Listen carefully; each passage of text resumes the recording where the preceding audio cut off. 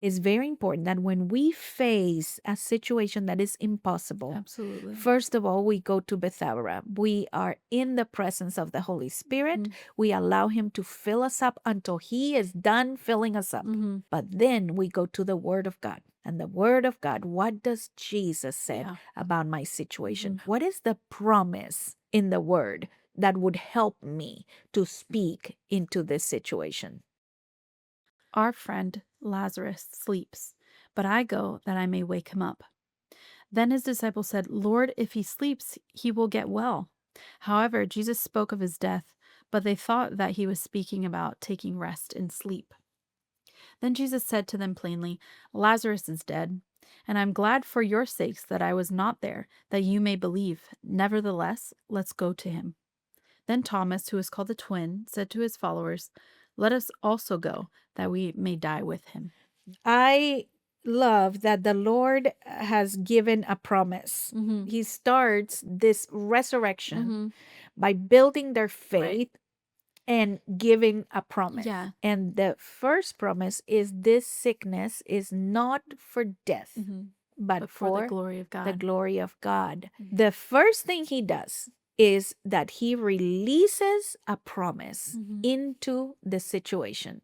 It's very important that when we face a situation that is impossible, Absolutely. first of all, we go to Bethesda. We are in the presence of the Holy Spirit. We allow Him to fill us up until He is done filling us up.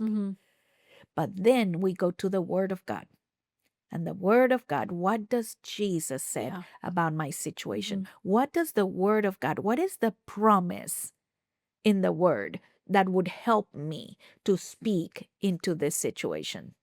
So, for example, a promise of God that says, even the unbelieving husband is sanctified in the believing wife.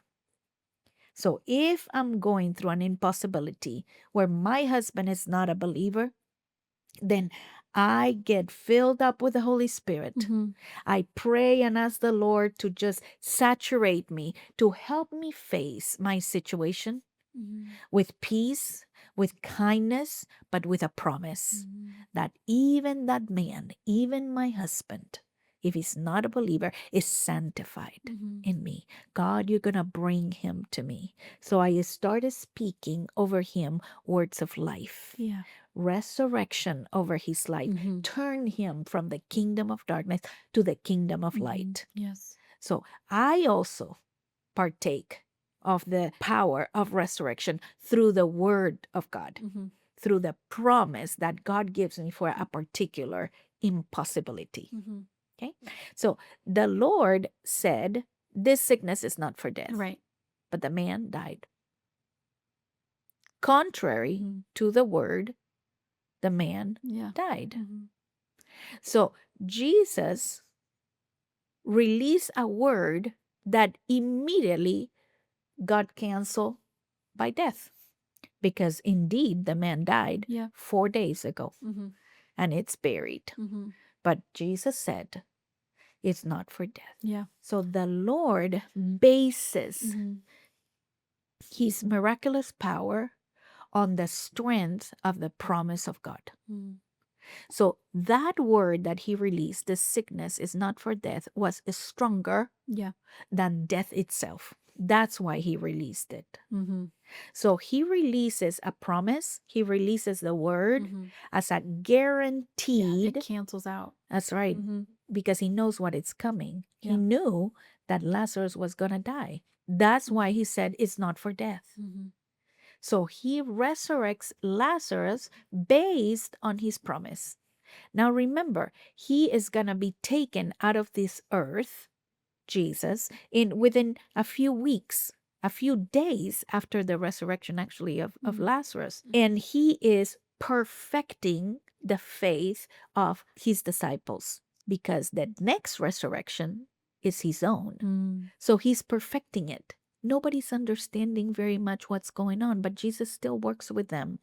We have a lot of people in the parable that are completely misunderstanding Jesus, but he keeps working with them, perfecting their faith by walking with them. And when Martha said, do not open it, it stings. He says, didn't I tell you that if you believe, you'll see the glory of God? Yeah. So for those that have areas in their lives that are bad memories, that bring you pain, that are difficult, that are full of stench, let him in. Open that place in your heart. Say, Jesus, see it. See it. He wants to see it.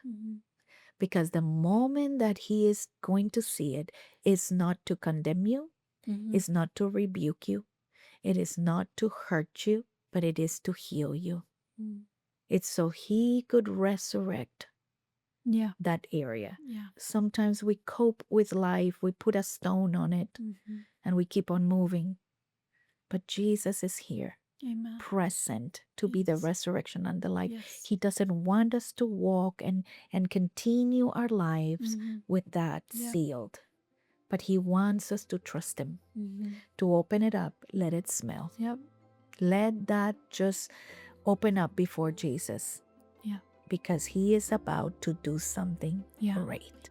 Thanks so much for watching. If this video has encouraged you, please make sure to like and to subscribe so more women can find these teachings. And if you would like to access exclusive episodes, study notes, and more, please support us on Patreon. We would love to have you there.